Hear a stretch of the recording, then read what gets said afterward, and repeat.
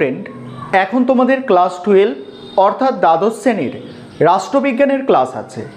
আজকের ক্লাসে তোমাদের 9 নম্বর অধ্যায় অর্থাৎ ভারতের বিচার বিভাগ এবং 10 নম্বর অধ্যায় অর্থাৎ স্থানীয় স্বায়ত্তশাসন ব্যবস্থা, এই দুটো অধ্যায় থেকে গুরুত্বপূর্ণ এমসিকিউ প্রশ্নোত্তর নিয়ে আলোচনা করব, যেখান থেকে তোমরা পরীক্ষায় অবশ্যই কমন পাবে। তাহলে আজকে এই 9 নম্বর অধ্যায় এবং 10 নম্বর অধ্যায় থেকে এমসিকিউ প্রশ্নোত্তরগুলো তোমরা দেখে নাও। আরেকটা বিষয় এখানে তোমাদের বলার আছে যে বিগত বছরগুলির মতো এবছরেও তোমাদের জন্য অনলাইন কোচিং ক্লাস চলছে। তোমরা চাইলে স্ক্রিনে যে নম্বরটা দেখতে পাচ্ছ এই নম্বরে যোগাযোগ করে অ্যাডমিশান নিতে পারো। এবারে তোমরা 9 নম্বর অধ্যায় থেকে প্রশ্ন উত্তরগুলো দেখে নাও। প্রথম প্রশ্ন, বিচার ব্যবস্থা মৌলিক অধিকার রক্ষা করে, এটা সত্য। পরের প্রশ্ন, সুপ্রিম কোর্টের বিচারপতি হিসাবে নিযুক্ত হতে হলে ন্যূনতম বয়স হতে হবে, বয়সের কোনো শর্ত নেই। সুপ্রিম কোর্টের বিচারপতিদের অবসর গ্রহণের বয়স হচ্ছে 65 বছর, আর হাইকোর্টের ক্ষেত্রে কত, 62 বছর। সুপ্রিম কোর্টের বিচারপতিদের পদচ্যুত সম্ভব, এটা হচ্ছে অ্যান্সার হবে সম্ভব। সুপ্রিম কোর্টের আছে মূল এলাকা, আপিল এলাকা, পরামর্শ দান এলাকা, লেখো জারি এলাকা, এটা জারি হবে বর্গীয় জয় আকার রহস্যই, লেখো জারি এলাকা। পরের প্রশ্ন, ভারতের সুপ্রিম কোর্ট পৃথিবীর যে কোনো সুপ্রিম কোর্টের অপেক্ষা শক্তিশালী, কে বলেছে এ কথা বলেছে কে আয়ার বলেছেন। নেক্সট প্রশ্ন, কোন ধারা বলে হাইকোর্ট মৌলিক অধিকার রক্ষায় লেখো জারি করে, 226 নম্বর ধারা। পরের প্রশ্ন, পশ্চিমবঙ্গের প্রথম লোক আদালত গঠিত হয় 1987 খ্রিস্টাব্দে। ক্রেতা সুরক্ষা আইন তৈরি হয় 1986 খ্রিস্টাব্দে। সুপ্রিম কোর্টের কার্যক্ষেত্রকে 4 ভাগে ভাগ করা যায়। নেক্সট প্রশ্ন দেখো, কলকাতা হাইকোর্টের এলাকা রয়েছে ড্যাশ পর্যন্ত, আন্দামান ও নিকোবর পর্যন্ত। তারপরে প্রশ্ন হচ্ছে, হাইকোর্টের রায়ের বিরুদ্ধে সুপ্রিম কোর্টে আপিল করা যায়। এগুলো ছিল তোমাদের 9 অধ্যায় থেকে PYQ কোয়েশ্চেন অর্থাৎ প্রিভিয়াস ইয়ার্সের প্রশ্ন। এবারে তোমাদের এই 9 অধ্যায় থেকে অন্যান্য যেসব গুরুত্বপূর্ণ প্রশ্নগুলো পরীক্ষায় আসতে পারে সেগুলো এবার একটু দেখে নাও। দেখো, ভারতের বিচার ব্যবস্থার প্রকৃতি কেমন, অখণ্ড। নেক্সট প্রশ্ন, ট্রাইব্যুনাল হলো কি, আইন নির্দিষ্ট পদ্ধতিতে গঠিত অস্থায়ী আদালত। পরের প্রশ্ন, সুপ্রিম কোর্টের গঠন বিষয়ে বলা হয়েছে 124 নম্বর ধারায়। নেক্সট প্রশ্ন, বর্তমানে মোট কতজন বিচারপতি নিয়ে সুপ্রিম কোর্ট গঠিত হয়, 34 জন। সুপ্রিম কোর্টের বিচারপতিদের পদচ্যুত করতে পারেন কে, পদচ্যুত করতে পারেন রাষ্ট্রপতি। নেক্সট প্রশ্ন, কেন্দ্র ও রাজ্যের মধ্যে বিরোধ সুপ্রিম কোর্টের কোন এলাকায় পড়ে, মূল এলাকায়। নেক্সট, সুপ্রিম কোর্টের লেখো জারি করে মৌলিক অধিকার রক্ষার জন্য। সুপ্রিম কোর্ট লেখো জারি করে কি জন্য, মৌলিক অধিকার রক্ষার জন্য। পরের প্রশ্ন, যথাবিহিত আইন অনুসারে বিচার করতে পারে কে, বিচার করতে পারে মার্কিন সুপ্রিম কোর্ট। পার্লামেন্ট প্রণীত কোন আইনকে অবৈধ বলে, পার্লামেন্ট প্রণীত কোনো আইনকে অবৈধ বলে ঘোষণা করতে পারে কে, সুপ্রিম কোর্ট। পরের প্রশ্ন, ভারতের যুক্তরাষ্ট্রীয় আদালতের নাম কি, সুপ্রিম কোর্ট হচ্ছে ভারতের যুক্তরাষ্ট্রীয় আদালত। রাজ্যের সর্বোচ্চ আদালত হচ্ছে কি, রাজ্যের সর্বোচ্চ আদালত হচ্ছে হাইকোর্ট, আর দেশের সর্বোচ্চ আদালত হয় কি, সুপ্রিম কোর্ট। হাইকোর্টের অতিরিক্ত বিচারপতিদের কার্যকালের মেয়াদ, অতিরিক্ত বিচারপতিদের কার্যকালের মেয়াদ 2 বছর।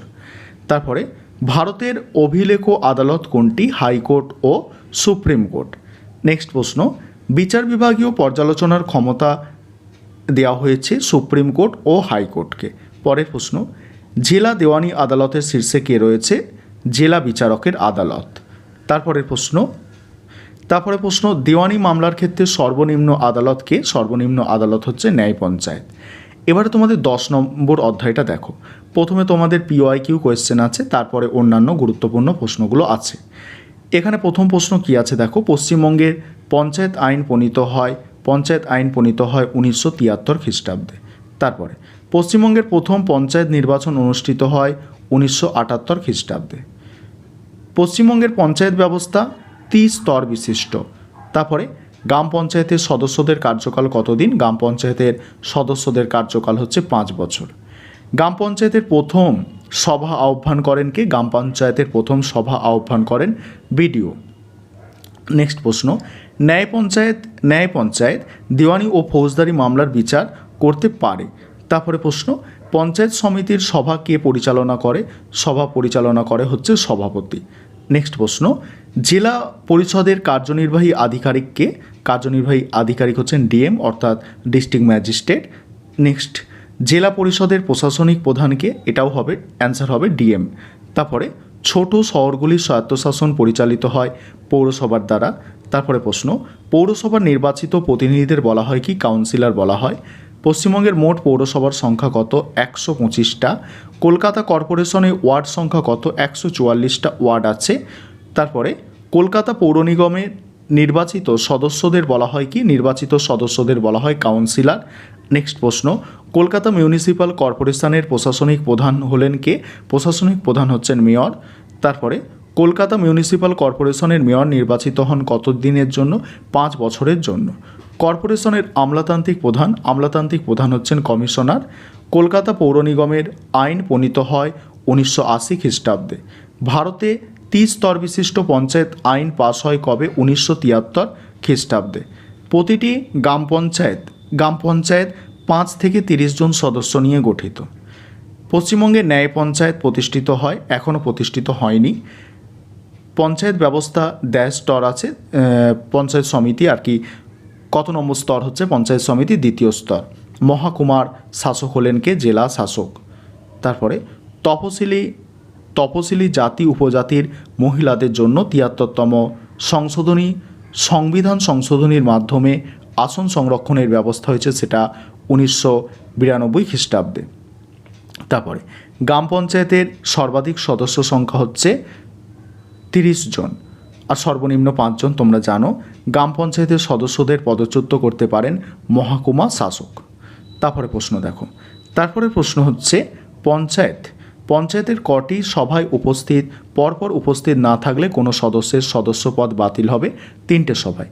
গ্রাম সভার বার্ষিক অধিবেশন বসে কবে? ডিসেম্বর মাসে। তারপরে ভারতের সর্বনিম্ন আদালত কী নামে পরিচিত? অ্যান্সার হচ্ছে ন্যায় পঞ্চায়েত। পঞ্চায়েত সমিতির কার্যনির্বাহী আধিকারিককে? কার্যনির্বাহী আধিকারিক হচ্ছেন বিডিও। জেলা পরিষদের মুখ্য পদাধিকারী হচ্ছেন সভাধিপতি। জেলা সংসদের সভায় কোরাম হয় 1 থেকে 10 জন সদস্য, মানে 10 ভাগের 1 ভাগ সদস্য উপস্থিত থাকলে। ছোট শহরগুলির স্বায়ত্তশাসন পরিচালিত হয় পৌরসভার দ্বারা। এই ছিল আজকে তোমাদের 9 নম্বর অধ্যায় এবং 10 নম্বর অধ্যায়ের মোট গুরুত্বপূর্ণ MCQ গুলো।